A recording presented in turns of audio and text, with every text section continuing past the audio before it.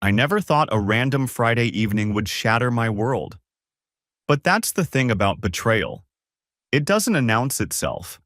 It lurks in the digital shadows, waiting for the perfect moment to reveal itself through the most unexpected channels.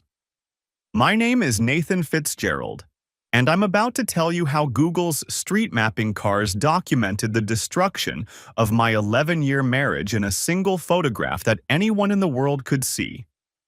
It started as the kind of nostalgic evening that middle-aged men are prone to having. I'd just finished debugging a particularly nasty piece of code for our startup's latest product release, and my brain was fried. Ashley was upstairs, supposedly working on some campaign materials for a new pharmaceutical client. The house felt quiet in that comfortable way that comes after years of shared space and routine. I poured myself 2 fingers of bourbon, the good stuff we'd bought on our anniversary trip to Kentucky last year, and settled into my home office chair. The glow from my dual monitors cast familiar shadows across the room, and I found myself in one of those reflective moods that hit when you're 42 and wondering where the time went. On impulse, I opened Google Earth. It's a guilty pleasure of mine, this virtual wandering.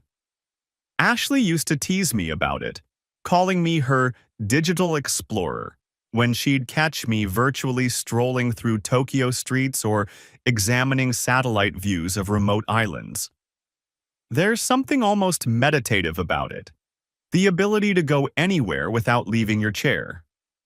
That night, I decided to revisit my childhood neighborhood in Cleveland. My parents had sold the house 5 years ago, and I hadn't been back since. The familiar streets appeared on my screen, frozen in Google's digital amber. I could see Mrs. Henderson's rose garden, still thriving. The old oak tree where Tommy Martinez and I built our treehouse was still standing, though the treehouse itself was long gone. I spent 20 minutes clicking through memories, following the route I used to bike to school, passing the corner store where I'd bought baseball cards with my allowance money. It felt good, this virtual pilgrimage to simpler times. Then, for reasons I still can't fully explain, I decided to check out our current neighborhood in Austin. Maybe it was the bourbon, or maybe it was just the natural progression of digital wandering, but I typed our address into the search bar. 2847 Magnolia Creek Drive. The street view loaded with that familiar swooping motion, and suddenly I was looking at our street from Google's perspective. The timestamp in the corner read, "Image captured March 2024. I smiled, thinking about how the tech had improved since I was a kid. The resolution was incredible. I could make out individual leaves on our neighbor's landscaping. I clicked forward, moving toward our house. There was the Hendersons' place with their ridiculous garden gnome collection.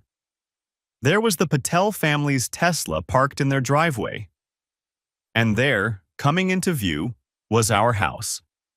The modern 2-story we'd designed together when we first moved to Austin 6 years ago. But something was wrong with the picture. There were 2 figures at our front door. Even with Google's automatic face blurring, I could see they were embracing. Intimately. Passionately. The kind of embrace that belonged behind closed doors, not on a front porch in broad daylight. My bourbon glass slipped from my hand, shattering on the hardwood floor. The amber liquid spread across the wood like blood from a wound. The woman in the image was wearing a distinctive red coat. Ashley's red coat, the one she'd bought during our trip to Vancouver 2 years ago. She said it made her feel like a character in a romantic movie. The coat was expensive, unique. I'd never seen another one like it. The man was tall, probably 6'2" or 6'3", lean build, dark hair. He was wearing a gray wool coat that looked expensive, the kind of thing that screamed creative professional with good taste. His arm was wrapped around Ashley's waist with a familiarity that spoke of repeated meetings, comfortable intimacy. But it was the car in our driveway that made my blood freeze. A silver BMW sedan with the distinctive Coexist bumper sticker and a Thule roof rack system. Tyler Montgomery's car. I'd seen it at Ashley's office Christmas party, listened to him talk about his weekend mountain biking trips that required the specialized rack. I grabbed my phone and checked the date stamp again. March 12, 2024, 10:47 a.m. I opened my calendar app with shaking fingers and scrolled back to that Tuesday. There it was, in Ashley's shared calendar. Sick day. Stomach bug.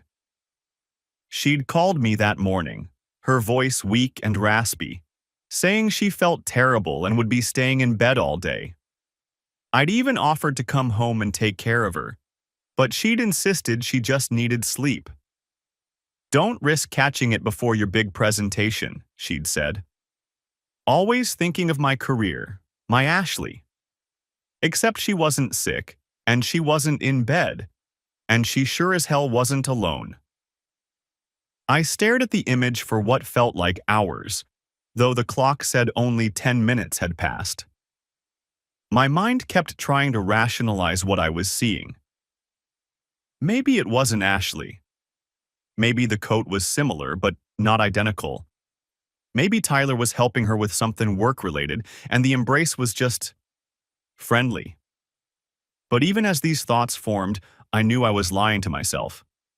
The body language was unmistakable. The intimacy was real. The timing was damning. And the most twisted part? This image was publicly accessible. Anyone could Google our address and see my wife kissing another man.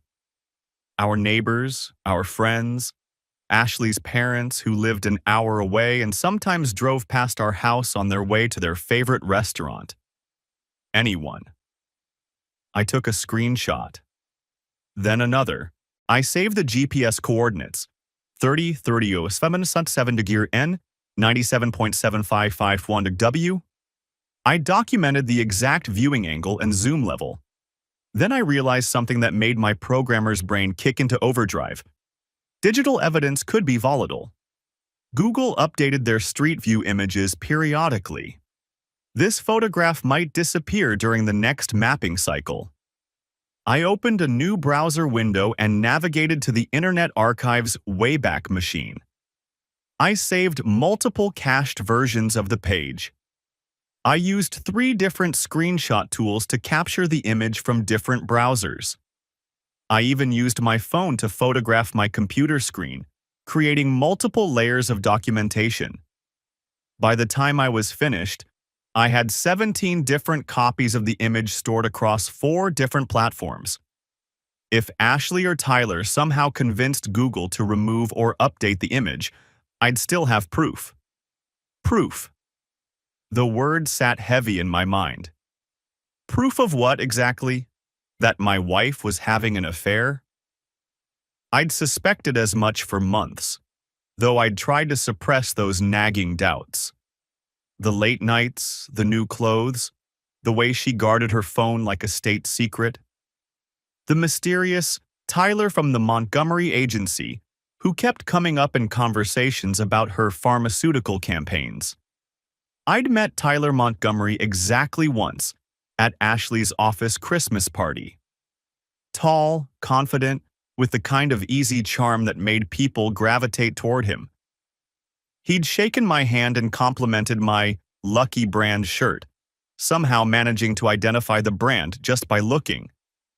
The kind of guy who paid attention to details, who made people feel seen and appreciated. I'd liked him, actually, which made this discovery feel like a double betrayal. Upstairs, I could hear Ashley moving around, probably getting ready for bed, going through her evening routine that I'd watched thousands of times over our 13 years together. The irony wasn't lost on me. While she was up there, probably texting Tyler about when they could see each other again, I was down here, staring at photographic evidence of their affair that was available for the entire world to see. I closed my laptop and picked up the pieces of my shattered glass. The bourbon had already soaked into the wood, leaving a stain that would probably be permanent. Some things, once broken, can't be fully repaired. "Nathan?" Ashley's voice drifted down from upstairs. "You okay down there? I heard something break." "Just dropped a glass," I called back, my voice sounding surprisingly normal to my own ears. "Nothing major." "Be careful with the pieces. We don't want anyone getting cut." Too late for that, I thought. I spent the next hour researching Tyler Montgomery. Social media made it embarrassingly easy. His LinkedIn profile confirmed he was the creative director at Montgomery and Associates, a boutique marketing firm that specialized in pharmaceutical campaigns. His Instagram was a carefully curated gallery of craft cocktails, artisanal coffee, weekend mountain biking adventures, and photos from trendy Austin restaurants. And there, posted on March 12th at 11:23 a.m., 36 minutes after Google's camera captured him kissing my wife, was a photo of an elaborate latte with the caption, "Fuel for a Creative Tuesday." Austin Coffee. Creative Life. Grateful for inspiration. The location tag showed he was at Radio Coffee on Perkins Road, just 15 minutes from our house. I screenshot that post too. Then I dove deeper, following a digital trail that painted a clear picture of the timeline. Tyler's posts showed a pattern of Austin coffee runs and creative inspiration sessions that coincided perfectly with Ashley's supposed sick days, late client meetings, and weekend team-building exercises. On February 18th, Ashley had claimed a Saturday morning yoga class, but Tyler's Instagram showed him at the farmer's market at Sunset Valley, with a photo of 2 breakfast tacos and the caption, "Perfect morning for inspiration and good company." Austin, farmer's market, wash, grateful. On February 25th, Ashley had worked late on a crucial campaign presentation, but Tyler posted a photo from Moonshine Patio Bar and Grill at 9:30 p.m. with the hashtag #WashUnexpectedNightOut. The evidence was everywhere, hidden in plain sight on public social media platforms. They hadn't even been particularly careful about covering their tracks. I stayed up until 3 a.m. that night, compiling what I was already thinking of as the file. Screenshots, timestamps, cross-referenced social media posts, calendar discrepancies. My software development background made me methodical about documentation. I created spreadsheets, organized folders, built a timeline that would make a forensic accountant proud. When I finally crawled into bed, Ashley stirred slightly but didn't wake. She looked peaceful, beautiful even, her auburn hair spread across the pillow we'd picked out together when we moved into this house. For a moment, I almost convinced myself that I'd imagined everything, that the image on Google Street View was some kind of digital glitch or case of mistaken identity. But then I remembered Tyler's coexist bumper sticker, and I knew I was kidding myself. The next morning, Saturday, Ashley was unusually affectionate. She made my favorite breakfast, blueberry pancakes with real maple syrup, and suggested we spend the day together. "I feel like we haven't connected in ages," she said, standing behind my chair and massaging my shoulders. "How about we drive out to Wimberley? Walk around, maybe hit that antique shop you like?" It was exactly the kind of day I'd been craving for months. Quality time with my wife, no phones, no work, just us reconnecting like we used to do when we were younger. 3 days ago, I would have jumped at the offer.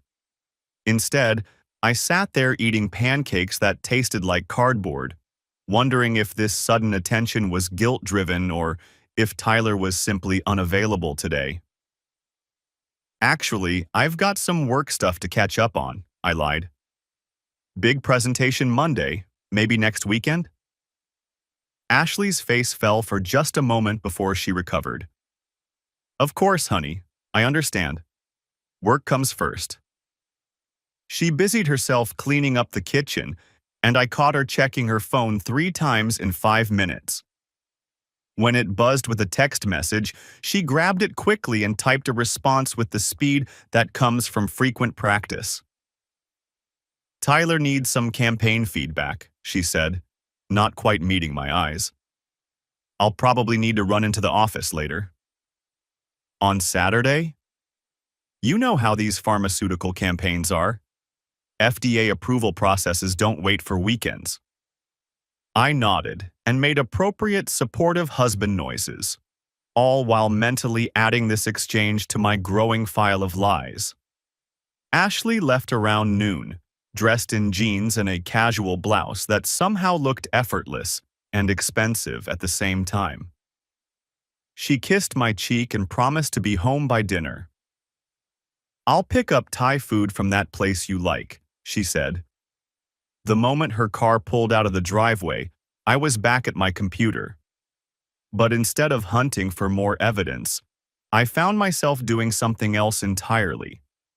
Researching divorce law in Texas. Texas is a community property state, which meant our assets would be divided equally unless there were compelling reasons for the court to rule otherwise. Adult infidelity was grounds for an at-fault divorce, which could affect property division and spousal support. But I'd need more than a Google Street View image and some circumstantial social media post to build a solid case. I'd need a private investigator. I'd need concrete evidence of the affair, dates, times, locations, witnesses. I'd need to document financial improprieties if they existed. I'd need to be strategic. But first, I'd need to decide if I actually wanted a divorce or if there was any chance of salvaging 13 years of marriage. I was still wrestling with that question when my phone rang. The caller ID showed my sister's name, Jessica, calling from Dallas where she worked as a family law attorney. Hey, Nate. Haven't heard from you in a while. How are things? Jessica had always been perceptive, even as kids. She could read my moods better than anyone, including Ashley. I'd planned to keep my discovery secret until I figured out my next move, but hearing my sister's voice broke something loose inside me. Jess, I said, and my voice cracked on her name. I think Ashley's having an affair. Silence on the other end. Then, oh, Nate, I'm so sorry. What makes you think that? I told her everything. The Google Street View discovery, the social media evidence, the months of suspicious behavior I'd been trying to ignore. Jessica listened without interrupting, making the occasional sound that lawyers use to encourage continued disclosure. When I finished, she was quiet for a long moment. The Google Street View thing is fascinating from a legal perspective, she finally said. It's public record, time-stamped, and nearly impossible to challenge authentically. But Nate, as your sister, not your lawyer, I have to ask, what do you want here? Do you want to save your marriage, or do you want out? I don't know, I admitted. Yesterday morning I thought we just needed to communicate better. Today I'm Googling divorce attorneys. Here's what I know about infidelity cases, Jessica said. The betrayed spouse usually goes through a predictable cycle. First comes denial, then anger, then a phase where they become obsessed with gathering evidence. Some people get stuck in that evidence-gathering phase because it feels like taking action without having to actually make any hard decisions. So what are you saying? I'm saying maybe don't make any irreversible moves until you've processed this emotionally. But also, if you do decide to proceed with divorce, document everything. Texas courts appreciate thorough preparation. After we hung up, I sat in my office thinking about Jessica's words. Was I obsessing over evidence collection because it felt easier than confronting Ashley directly? Was I avoiding the conversation that needed to happen? My phone buzzed with a text from Ashley. Working later than expected. Don't wait up for dinner. Love you. Followed immediately by another message. Thai food might have to wait for tomorrow. Sorry, honey. I opened Tyler's Instagram profile and refreshed it. No new posts, but his story showed him at a wine bar on South Lamar. The timestamp read 23 minutes ago. I screenshot that too. Sunday passed in a strange haze of normalcy. Ashley came home around 10 p.m. Saturday night, smelling like wine and making apologetic noises about the demanding client. She was extra attentive Sunday morning, suggesting we go to our favorite brunch place and catching up on neighborhood gossip like nothing had happened. I played along, but I felt like I was watching our marriage from outside my body. Every smile, every casual touch, every honey and sweetie felt performative and hollow. I kept thinking about that image on Google Street View, wondering if any of our friends had discovered it yet. Monday morning brought a new wrinkle. Ashley was in the shower when her phone buzzed with a text message. The preview on the lock screen showed a name I didn't recognize. J. Montgomery. Jennifer Montgomery, Tyler's wife. The message preview read, "Can we meet for coffee this week? I need to ask you about..." The rest was cut off. I stared at that preview for 30 seconds before the screen went dark. Jennifer Montgomery wanted to meet with Ashley. Tyler's wife wanted to talk to my wife. That could mean anything, but given the circumstances, none of the possibilities seemed good. When Ashley came out of the bathroom, I was sitting on the bed, fully dressed and trying to look casual. "Your phone buzzed," I said. "Text message." She picked it up, glanced at the screen, and I watched her face carefully. There was a micro-expression, a tiny flinch, quickly suppressed, before she set the phone down without reading the message. "Probably work stuff," she said. "I'll check it after coffee." But I noticed she took her phone into the kitchen with her, and I heard the soft chime of typing while I was getting ready for work. That morning at the office, I couldn't concentrate. My startup was in crunch mode for a major product release, and I had a presentation to the board of directors the next day. Under normal circumstances, I'd be stressed about the technical demos and revenue projections. Instead, I found myself refreshing Tyler's social media profiles and Googling Jennifer Montgomery, Austin, Texas. It didn't take long to find her. LinkedIn profile showed she was a pediatric nurse at Dell Children's Medical Center. Instagram account was private, but her profile picture showed a pretty blonde woman in scrubs, smiling in what looked like a hospital break room. Her Facebook page was more revealing. Public posts showed a woman who loved her job, posted frequently about her kids' soccer games and school events, and seemed to have a solid circle of friends. She'd been married to Tyler for 8 years, according to an anniversary post from last month. 8 years. 3 kids, a mortgage, a life built on the assumption that her husband was faithful. I felt sick. Around lunchtime, I made a decision that would change everything. Instead of going to my usual sandwich shop, I drove to Dell Children's Medical Center. I didn't have a plan, exactly. I just needed to see Jennifer Montgomery in person, to put a real face on the collateral damage of my wife's affair. The pediatric wing was easy to find, and Jennifer Montgomery was exactly where her schedule said she'd be, the nurse's station on the 4th floor. I recognized her immediately from her photos, though she looked tired in a way that suggested long shifts and too much coffee. I lingered near the elevators, pretending to study a hospital directory while I watched her work. She was gentle with the children, patient with worried parents, efficient with her colleagues. Every few minutes, she'd check her phone, and I could see the concern growing on her face as she read whatever messages were accumulating. After 20 minutes, I left without approaching her. What was I going to say? Hi, I think your husband is sleeping with my wife, and I have photographic proof from Google Street View.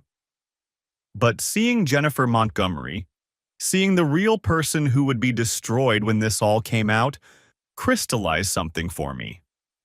This wasn't just about my marriage anymore. There were other innocent people in the blast radius. That evening, Ashley came home with Thai food and an unusually cheerful demeanor. She'd changed clothes between work and home. Gone was the conservative pantsuit she'd worn that morning, replaced by a flowing sundress that made her look younger and more relaxed. "Good day?" I asked, accepting the container of pad thai she handed me. "Actually, yes, really good. Sometimes work stress just melts away when you least expect it, you know?" I knew. Tyler's Instagram story from 3 hours ago showed him at Zilker Park with the caption, "Perfect afternoon for creative inspiration." The timestamp coincided exactly with Ashley's transition from work clothes to sundress. We ate dinner and watched Netflix like a normal married couple.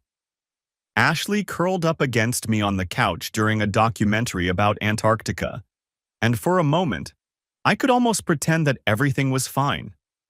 That the woman pressed against my shoulder wasn't living a double life.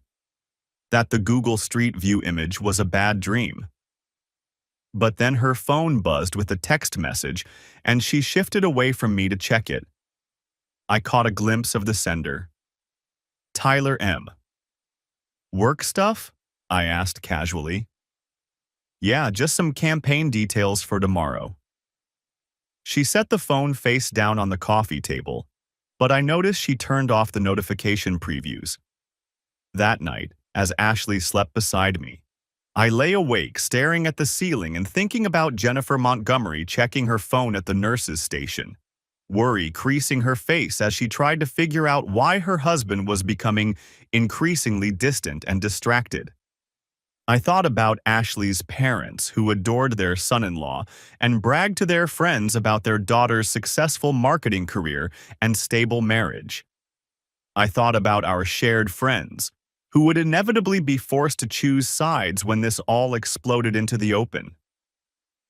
I thought about the house we'd designed together, the dreams we'd built around this life we'd created, the decade-plus of memories that were all now tainted by the knowledge that Ashley had been lying to me for months. And I thought about that Google Street View image, sitting there in the digital ether, waiting for the right person to stumble across it and recognize the figures in the photograph. Tuesday morning brought a text message from my sister. "Thought about you all weekend. How are you holding up?"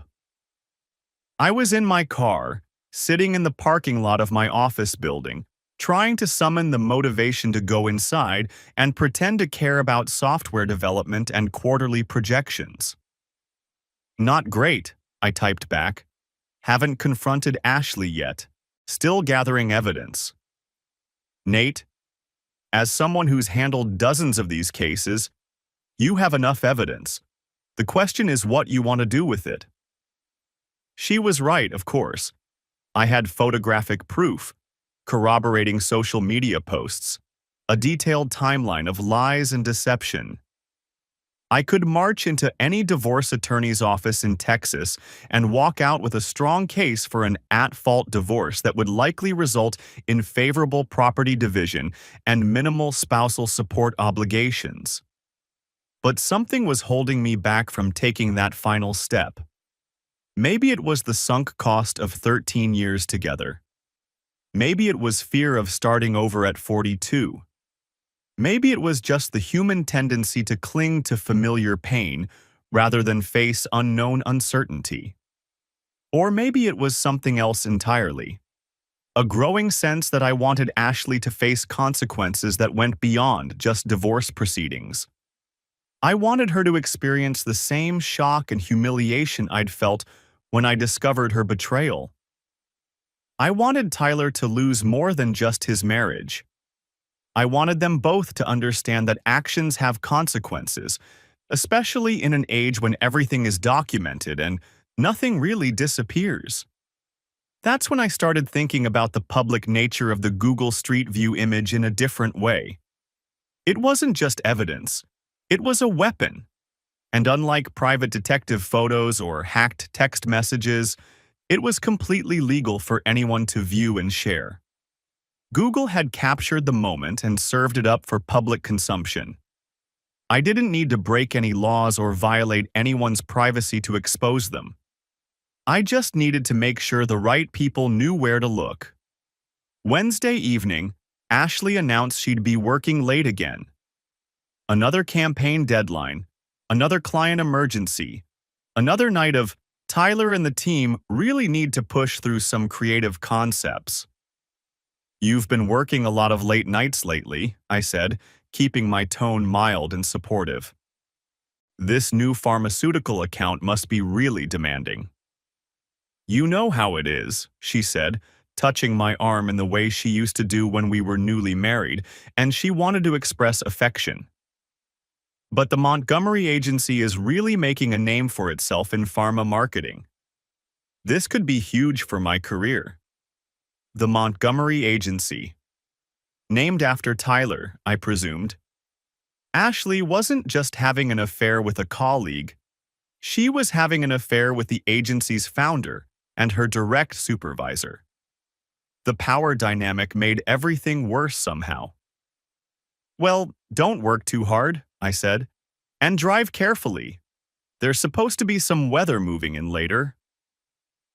After she left, I made myself a sandwich and opened my laptop.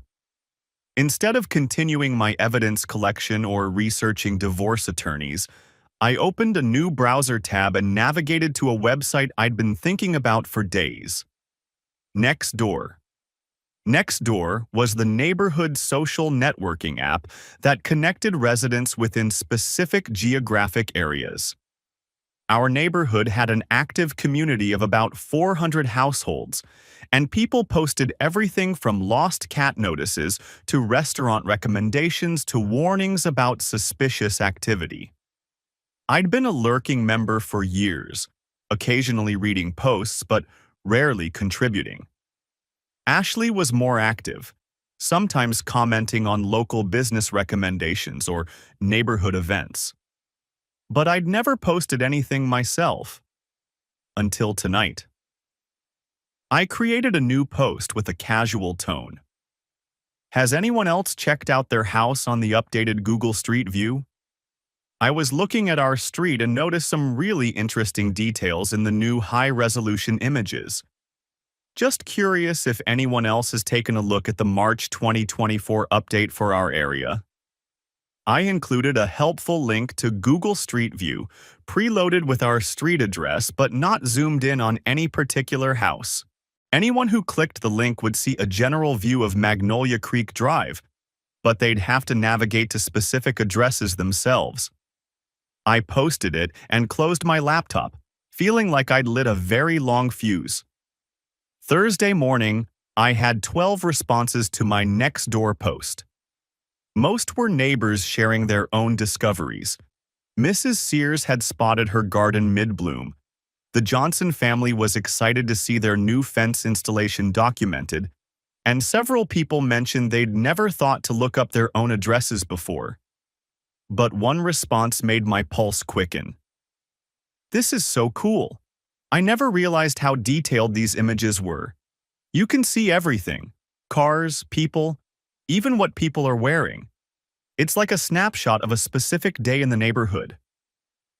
That response came from Sarah Martinez, who lived 3 houses down from us.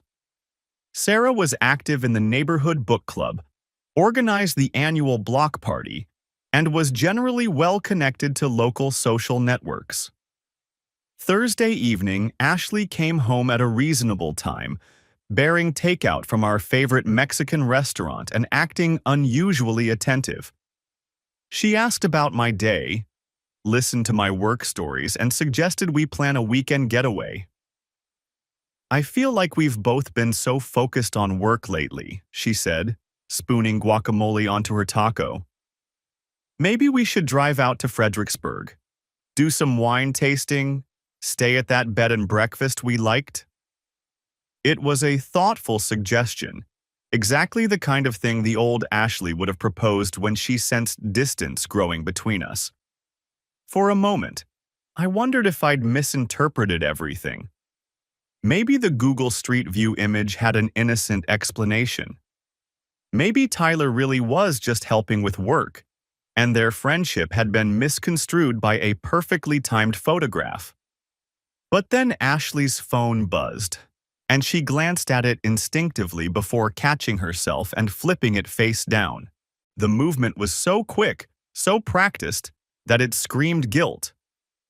"Sorry," she said. "Work habits." "No worries," I replied, but I'd seen enough of the notification to catch a name. T. Montgomery. Friday morning brought a breakthrough in my next-door investigation. Sarah Martinez had posted a follow-up comment that made my stomach drop. "OMG, you're right about the amazing detail. I spent an hour last night exploring our street. Some of these images are like little time capsules. Has anyone else spotted anything interesting in their photos?" The response thread exploded over the next few hours. Mrs. Sears discovered that Google had captured her husband working in the garden, wearing the ridiculous fishing hat she'd been trying to throw away for years. The Peterson family found an image of their teenage son sneaking back into the house when he was supposed to be at school. And then, around 3 p.m., came the comment I'd been dreading and anticipating in equal measure. "Wow, there are some really personal moments captured in these photos. Makes you think about privacy in the digital age. Some neighbors might want to check what's visible from their properties." This comment came from Jennifer Sears, a local real estate agent who knew everyone in the neighborhood and had a reputation for being observant. I refreshed the thread obsessively for the rest of the afternoon, waiting for someone to make the discovery I knew was inevitable. Ashley was working late again, another campaign emergency that would keep her out until after 10 p.m. Around 7 p.m. my phone rang. The caller ID showed a number I didn't recognize, but the area code was local. "Hello?" I answered cautiously. "Is this Nathan Fitzgerald?" The voice was female, professional, but with an edge of barely controlled emotion. "Yes, who's calling?" "This is Jennifer Montgomery, Tyler's wife. I think we need to talk." My heart stopped. Okay, about what?" "About what I found on Google Street View 20 minutes ago." Her voice was steady, but I could hear the effort it was taking. "About the photograph of your wife kissing my husband at your front door." The conversation that followed was one of the strangest of my life. Jennifer Montgomery had discovered the image the same way I had, through innocent browsing that turned devastating. She'd been curious about her neighbors' houses after seeing the next-door discussion and had decided to look up various addresses in the area, including ours. "I recognized Tyler immediately," she said. "The car, the coat, the way he stands."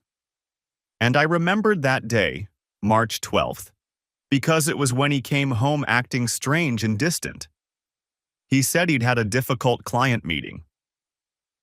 We talked for 40 minutes, two betrayed spouses comparing notes and trying to process the surreal nature of our discovery. Jennifer was a nurse, logical and methodical by training. She'd already taken screenshots, documented the timeline, and started cross-referencing Tyler's behavior patterns with the evidence. "The question is," she said near the end of our conversation. What do we do now? I'd been wrestling with that same question for days. Have you confronted Tyler? Not yet. I wanted to talk to you first. Have you talked to Ashley? No, I've been gathering evidence. Evidence for what?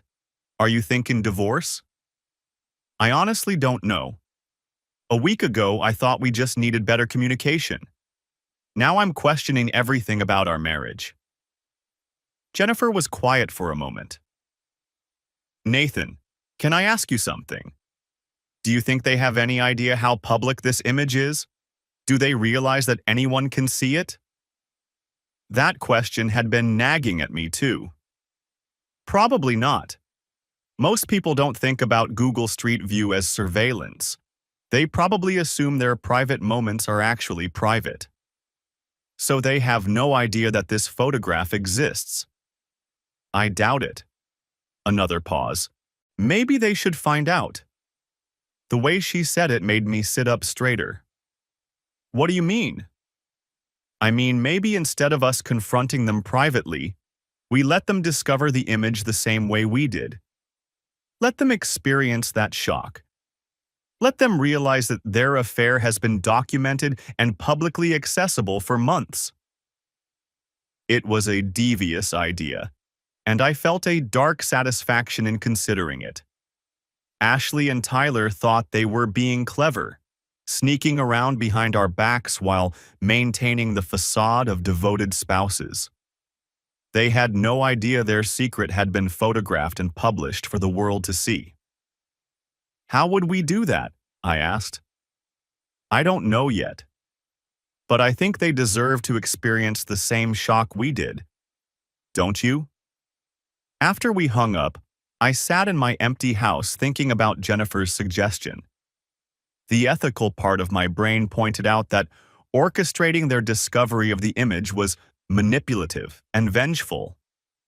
The wounded husband part of my brain thought it was perfect justice.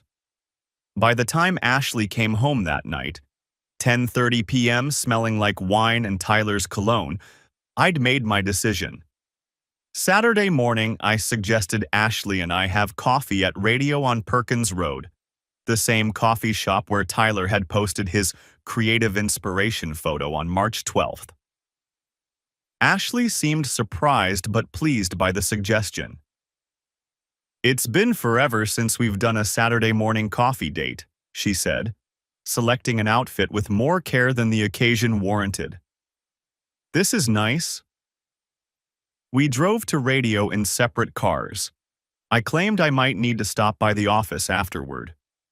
The coffee shop was busy with the usual weekend crowd of freelancers, families, and couples enjoying leisurely Saturday mornings.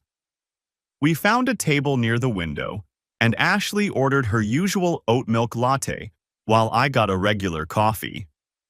For 20 minutes, we made small talk about work, weekend plans, and neighborhood gossip. Ashley seemed genuinely relaxed and happy, smiling easily and touching my hand across the table in a way she hadn't done in months. This is nice, she said. We should do this more often. I was just thinking the same thing, I replied, pulling out my phone. Hey, you know what's funny? I was showing someone at work the new Google Street View images of our neighborhood. The detail is incredible now. Ashley looked interested but not concerned. Really? What kind of detail? Here, let me show you. I opened the Google Street View app and navigated to our street. Look at this resolution. You can see individual flowers in the Henderson's garden. I handed her my phone, with the street view positioned at the end of our block, not yet zoomed in on our house. Ashley took it and started scrolling through the images with the casual interest of someone looking at vacation photos. Wow, this is really clear, she said. When were these taken? March 2024, according to the timestamp. Pretty recent. I watched her face as she continued navigating through the images, getting closer to our house with each click. Her expression remained pleasant and curious, right up until the moment she reached our driveway. Then her face went completely white. The phone slipped from her fingers and clattered onto the cafe table, the screen still displaying the image of her kissing Tyler Montgomery in broad daylight at our front door. Around us, the coffee shop chatter continued normally, but at our table, time seemed suspended.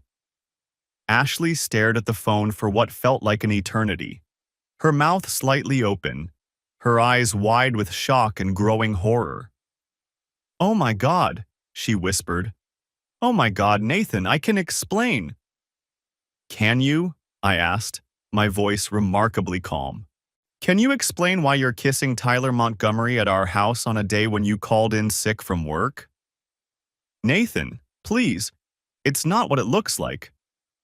It looks like my wife is having an affair with her colleague, and Google's street mapping car happened to document it for public viewing." I reached for the phone and zoomed in on the image. "Look at the timestamp, Ashley. 10:47 a.m. on March 12th. You were supposed to be in bed with a stomach bug." Ashley's eyes filled with tears, but I couldn't tell if they were tears of remorse or panic. "Please let me explain. It's complicated." "What's complicated about it?" "You lied to me. You brought another man to our house and you kissed him on our front porch where anyone could see. And as it turns out, anyone can see. This image is publicly available, Ashley. Anyone who Googles our address can view this photograph." The full implications of that statement hit her like a physical blow. I watched her face crumble as she realized the true scope of the disaster. "Anyone can see this?" she repeated. "Anyone. Your parents, our friends, your colleagues, random strangers on the internet. It's been available for months." Ashley buried her face in her hands, her shoulders shaking with silent sobs. Other cafe patrons were starting to notice our table, sensing drama even if they couldn't hear the specific words. "I need some air," Ashley said, standing abruptly and walking toward the exit without looking back. I sat there for a few minutes, staring at the photograph on my phone screen. The image that had shattered my world a week ago now felt like evidence in a case that was finally building toward resolution. When I got home, Ashley's car wasn't in the driveway. I found a note on the kitchen counter. "Gone to my sister's house. Need time to think. We'll talk tomorrow." But we wouldn't talk tomorrow because that evening, Ashley's world exploded completely. Jennifer Montgomery had decided to take a more direct approach with her husband. She'd printed multiple copies of the Google Street View image and left them strategically around their house, taped to the bathroom mirror, tucked into Tyler's laptop bag, attached to the refrigerator with a magnet. Tyler came home around 8 p.m. to find his wife sitting at the kitchen table with her laptop open, the Google Street View image displayed at full size on the screen. "Sit down," Jennifer told him. "We need to discuss your March 12th client meeting." According to Jennifer, who called me later that evening to compare notes, Tyler's reaction was similar to Ashley's: shock, denial, attempts to explain away the unexplainable. But Tyler had an additional problem. His wife was a pediatric nurse with a steel spine and no patience for lies that involved her children's welfare. "I want you out of the house tonight," she told him. "I've already talked to a lawyer, and I've documented everything. The Google image, your social media posts, the timeline of lies. You can stay in a hotel while I figure out what comes next." Tyler tried to argue, tried to minimize the situation, tried to claim it was a one-time mistake. Jennifer shut down every attempt. "Tyler, this photograph is publicly available on the internet. Our neighbors can see it. Our kids' friends' parents can see it. My colleagues at the hospital can see it. You didn't just betray our marriage. You humiliated our entire family in front of the entire world." That last part hit Tyler the same way it had hit Ashley. The realization that their private affair had become public spectacle. By Sunday morning, Tyler had moved into an extended stay hotel, and Ashley still hadn't returned from her sister's house. I spent the day in a strange state of limbo, simultaneously relieved that the truth was finally out and anxious about what came next. Around noon, I got a text from Ashley. "Can we please talk? I'm coming home." She arrived 2 hours later, looking exhausted and defeated. We sat in our living room, the same room where we'd planned our future together, decorated for holidays, hosted dinner parties with friends, and had the conversation that ended our marriage. "How long?" I asked. 3 months, she admitted. "It started as just work collaboration, but then what? You decided to bring him to our house and kiss him where the neighbors could see?" "We weren't thinking about neighbors. We thought we were being careful." "Careful?" I laughed bitterly. "Ashley, you've been documenting this affair on social media. Tyler posts pictures from restaurants and coffee shops every time you're together. Your sick days coincide perfectly with his creative inspiration posts. If you were trying to be careful, you failed spectacularly." Ashley winced at every word, but she didn't try to deny any of it. "What happens now?" she asked. "Now? Now we figure out how to untangle 13 years of shared life while dealing with the fact that photographic evidence of your affair is available for public viewing. Can't we ask Google to remove the image?" "You can try, but I've already saved multiple copies and so has Jennifer Montgomery, and who knows how many other people have seen it by now. Sarah Martinez from down the street has been very interested in the Google Street View discussion on Nextdoor." Ashley closed her eyes. "Oh God, the neighbors know. Some of them, maybe all of them by now. Jennifer posted about it on the neighborhood app yesterday. Something about privacy in the digital age and personal moments captured in public images." The color drained from Ashley's face. "She posted about it?" "She didn't mention names, but she included coordinates. Anyone who's curious enough to look will find the image." Over the next hour, we hammered out the immediate logistics. Ashley would stay at her sister's place for the rest of the week, while we both consulted with attorneys. We'd need to discuss property division, mortgage responsibilities, and the dozens of other financial entanglements that come with more than a decade of shared life. But first, Ashley had to deal with the professional consequences of her affair. Monday morning brought a phone call from Ashley's supervisor at the pharmaceutical company. Someone had sent an anonymous email to the HR department with a link to the Google Street View image and a detailed timeline of Ashley's relationship with Tyler Montgomery. "We need to discuss some concerns about your professional conduct," the supervisor told her, "specifically regarding client relationships and potential conflicts of interest." Ashley's affair with Tyler violated several company policies. As the account manager for pharmaceutical campaigns, she wasn't supposed to have personal relationships with vendor representatives.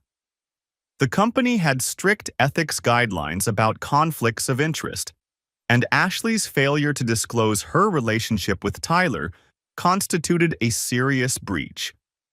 Tyler faced similar problems at his own agency. One of his pharmaceutical clients, a direct competitor to Ashley's company, learned about the affair through the neighborhood social media discussion. They were concerned about confidentiality breaches and potential conflicts of interest. "How do we know our sensitive campaign information hasn't been shared inappropriately?" the client asked Tyler's business partner. "How do we know this relationship hasn't compromised our competitive advantage?" Within a week, Tyler's agency lost 3 pharmaceutical clients. Ashley was placed on administrative leave pending a full investigation into her professional conduct. The neighborhood fallout was equally swift and merciless. Sarah Martinez's book club became ground zero for discussion about the Google Street View discovery. The story spread through social networks like wildfire, not as malicious gossip, but as a cautionary tale about privacy in the digital age. "Can you imagine," neighbors asked each other, "having your most private moments captured and published without your knowledge?" It makes you think about what else might be documented out there. Ashley became the neighborhood's inadvertent poster child for digital surveillance consequences. Parents used her situation as a teaching moment with their teenagers about how nothing is truly private in the internet age. The most painful part, according to Ashley, was running into Jennifer Montgomery at the grocery store 2 weeks after the discovery. Jennifer was with her youngest daughter, a 7-year-old who recognized Ashley from neighborhood gatherings. "Hi, Mrs. Ashley," the little girl called out. "Are you and Mr. Nathan still married?" Ashley's face crumpled, but Jennifer's expression remained neutral and cold. "We should go, sweetie," Jennifer told her daughter, steering the cart away without acknowledging Ashley's presence. "Mommy, why didn't Mrs. Ashley answer my question?" "Sometimes grown-ups make choices that change their families," Jennifer replied, her voice carrying just enough volume for Ashley to hear. "And sometimes those choices have consequences they didn't think about." The divorce proceedings moved surprisingly quickly, partly because the evidence was so overwhelming, and partly because Ashley seemed eager to escape the ongoing neighborhood scrutiny. Texas law allowed for expedited processing when fault could be clearly established, and the Google Street View image provided unambiguous proof of adultery. My attorney was impressed by the quality of documentation I'd compiled. "In 30 years of practice, I've never seen such clear, time-stamped evidence of infidelity," he said. "This Google Street View discovery is fascinating from a legal perspective. It's public record, undeniably authentic, and impossible to challenge." The property division favored me significantly. Ashley kept her car, some personal belongings, and a small cash settlement. But I retained the house, most of our investment accounts, and all retirement funds. In Texas, proven adultery can dramatically impact spousal support decisions, and Ashley received no ongoing alimony. Tyler's divorce was messier and more expensive. Jennifer Montgomery proved to be a formidable opponent, armed with the Google Street View evidence and a detailed accounting of Tyler's deceptions. She'd consulted with a forensic accountant who discovered that Tyler had been using business expenses to fund his affair, dinners, hotels, and weekend trips that he'd written off as client entertainment. "You used family money to wine and dine your mistress," Jennifer's attorney pointed out during mediation. "You used business accounts to fund your affair, potentially creating tax liabilities for the family. This goes beyond simple adultery into financial fraud."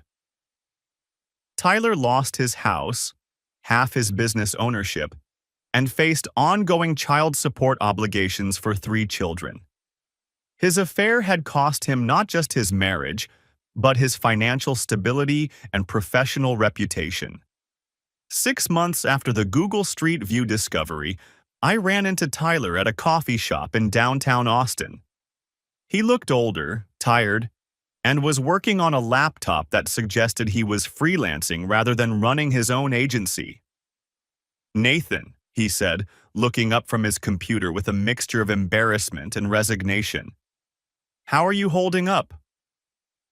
It was a surreal moment, having a casual conversation with the man who'd destroyed my marriage. But my anger had evolved into something more like pity. Tyler had lost everything: his family, his business, his reputation. For an affair that lasted 3 months. I'm doing okay, I told him honestly. Adjusting to single life, but okay. How about you? Day by day, he said. Jennifer's attorney made sure I'm working hard to rebuild everything I lost. Any regrets? I asked. Tyler was quiet for a long moment, staring at his laptop screen. You know what the strangest part is? Ashley and I never even talked about what we wanted from each other. We just got caught up in the excitement of sneaking around, the thrill of the secret. We never discussed whether we wanted to leave our spouses, start new lives together, anything substantial. So it wasn't love. I don't think so. I think it was just escape. From routine, from responsibility, from being the same person we'd been for years. He looked up at me. That probably makes it worse, doesn't it? Destroying 2 marriages for something that wasn't even meaningful? I didn't have an answer for that. The Google Street View thing, Tyler continued. It's like the universe decided to document our stupidity. Of all the days, all the times we met at your house, Google's car happened to drive by during the one moment when we were visible. Actually, I said, I think there might have been other images. Google's cars make multiple passes through neighborhoods. You might want to check the historical imagery. Tyler's face went pale. Are you serious? I never looked, I admitted. But Google updates their imagery regularly. There might be multiple photographs from different dates. After I left the coffee shop, I felt oddly better about everything. Seeing Tyler reduced to freelance work and laptop sessions at public coffee shops, I realized that he'd already paid a significant price for his choices. My anger had been replaced by something more like closure. Ashley moved to Houston after the divorce, taking a marketing job with a smaller firm that specialized in healthcare communications.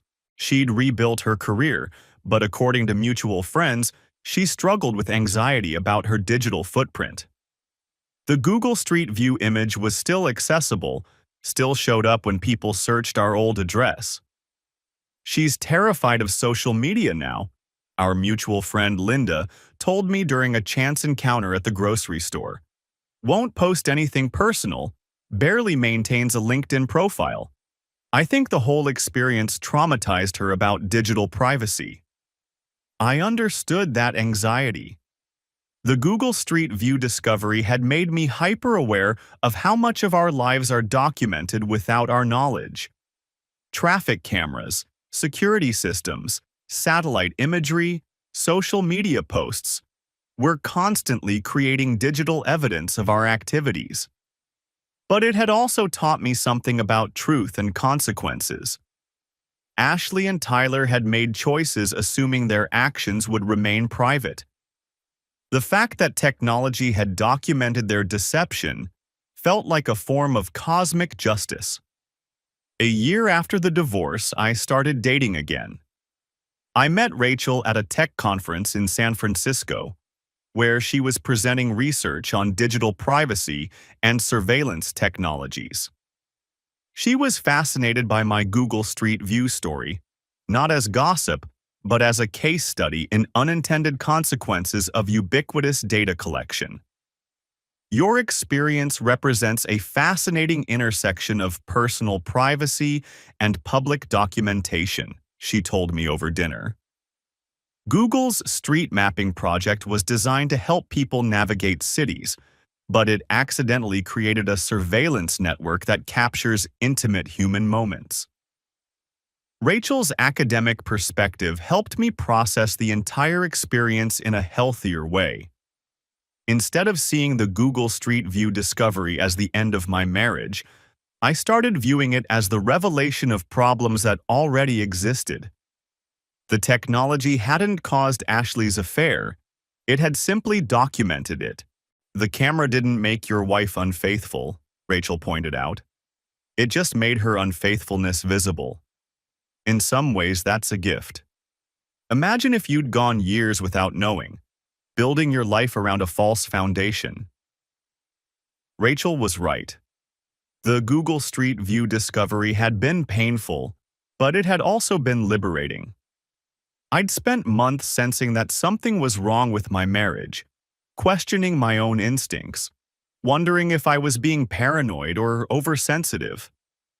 The photograph had validated my suspicions and freed me from the exhausting work of pretending everything was fine. 2 years after the discovery, Rachel and I got engaged. We joke about checking Street View before making any major public appearances, but it's a comfortable joke, not an anxious one. Our relationship is built on transparency and mutual respect, qualities that were missing from my marriage to Ashley. Sometimes I still think about that Friday evening when I decided to explore my childhood neighborhood on Google Earth.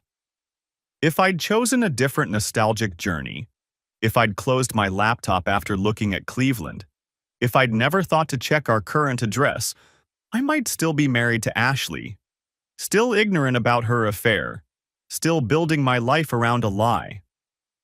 But I don't regret the discovery. The Google Street View image was shocking and painful, but it was also truthful. And in the end, I'd rather build my life around difficult truths than comfortable lies. The last time I checked, the Google Street View image was still accessible. Ashley and Tyler, frozen in their moment of betrayal, documented for posterity by an algorithm that doesn't judge or moralize, just records. It's a digital monument to the consequences of deception, a reminder that in our interconnected age, privacy is largely an illusion. Sometimes technology serves justice in ways its creators never intended. Google's street mapping cars weren't designed to catch cheating spouses, but they did anyway. The image that destroyed my marriage also freed me from it, and for that, I'm grateful. Looking back, I realize that my story isn't really about betrayal or technology or divorce. It's about truth, how it hides, how it surfaces, and how it ultimately sets us free, even when the freedom comes with a price. Ashley and Tyler thought they were living a secret life, but secrets have a way of revealing themselves. Sometimes through overheard conversations, sometimes through guilty confessions, and sometimes through Google's street mapping cars that document everything they see without judgment or discretion. In our digital age, the truth is always just a click away. You just have to know where to look. And sometimes, if you're unlucky or lucky, depending on your perspective, the truth looks back.